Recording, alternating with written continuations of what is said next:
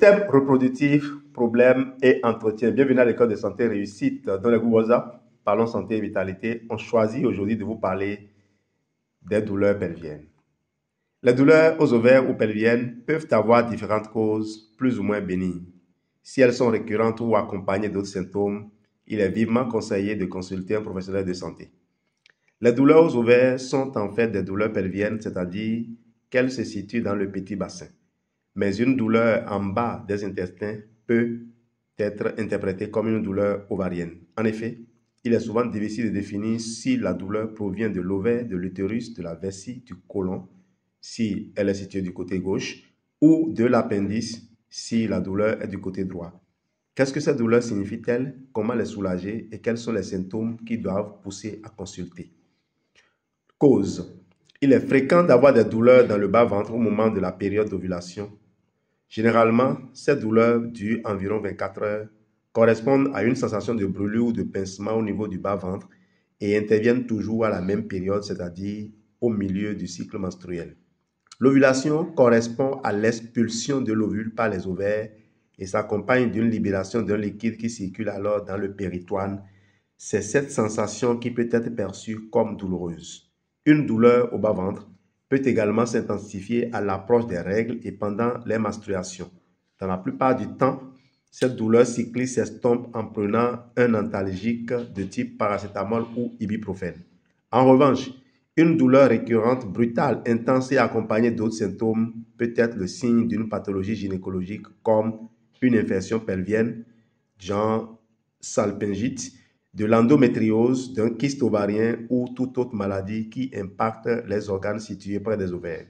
Par ailleurs, chez une patiente qui a des douleurs pelviennes et qui a un retard de règles ou un oubli de pilule, on peut soupçonner le début d'une grossesse, voire une grossesse extra-utérine. Dans ce cas, il est important de réaliser un test de grossesse et de prendre rendez-vous chez un médecin. Une infection sexuellement transmissible ou une grossesse doivent rapidement être diagnostiquées et prise en charge. Quand consulter? En fonction de l'intensité de la douleur, de sa persistance et si elle est accompagnée d'autres symptômes, des saignements, des symptômes urinaires comme une envie fréquente d'uriner, des brûlures, des troubles digestifs, des ballonnements, des diarrhées, de la constipation, de la fièvre, il faut consulter un médecin sans attendre. Ce dernier pourra vous prescrire des examens complémentaires comme une échographie pour établir un diagnostic sur l'origine du problème. Parfois, les douleurs sont tellement violentes qu'il est plus prudent de se rendre directement aux urgences. Généralement, cela arrive lorsqu'il a un kyste, lorsqu'il y a un kyste ovarien qui se rompt ou lorsqu'il se tord. Les douleurs s'accompagnent de nausées, de vomissements et parfois de troubles digestifs. Une intervention chirurgicale est alors bien souvent nécessaire. Dans tous les cas, une douleur au bas-ventre qui persiste doit amener à consulter. Traitement. Pour soulager la douleur dans l'immédiat, on peut tout à fait prendre des antalgiques simples comme du paracétamol ou un antispasmodique comme le Spasfon. Ces médicaments ne masqueront pas la pathologie mais atténueront simplement la douleur. Une douleur qui passe après la prise d'un antalgique n'est pas forcément inquiétante. Une douleur qui est atténuée après la prise d'un antispasmodique peut être le signe d'une douleur de l'utérus ou des douleurs au niveau du système digestif. L'intestin est un peu spasmé. Si la douleur reste importante, il ne faut pas prendre de médicaments plus puissants sans consulter l'avis d'un médecin qui, en fonction de l'origine de la douleur, prescrira un traitement adapté et individualisé, hormones anti-inflammatoires ou autres traitements.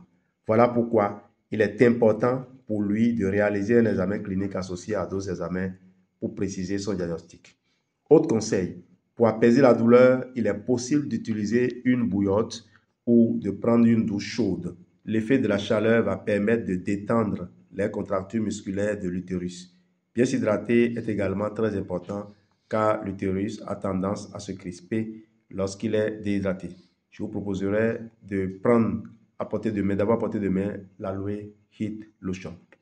Alors, un petit mot sur les kystes ovariens, on ne va pas trop les développer. Alors, les kystes, un kyste ovarien est une pathologie féminine fréquente, le plus souvent bénigne, qui peut toucher toutes les femmes à tout âge. D'après les chiffres de l'assurance maladie, entre 5 et 7% des femmes ont développé au moins une fois dans leur vie un kyste ovarien.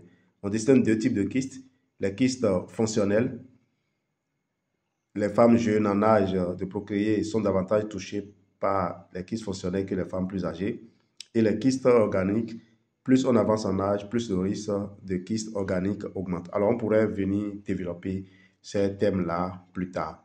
Alors, pour finir, qu'est-ce que Forever nous propose? Comme d'habitude, nous vous proposons de nous suivre ce soir à 16h dans le développement de la solution, je vais dire unique, mais pas vraiment unique, le Forever Vitalize Farm.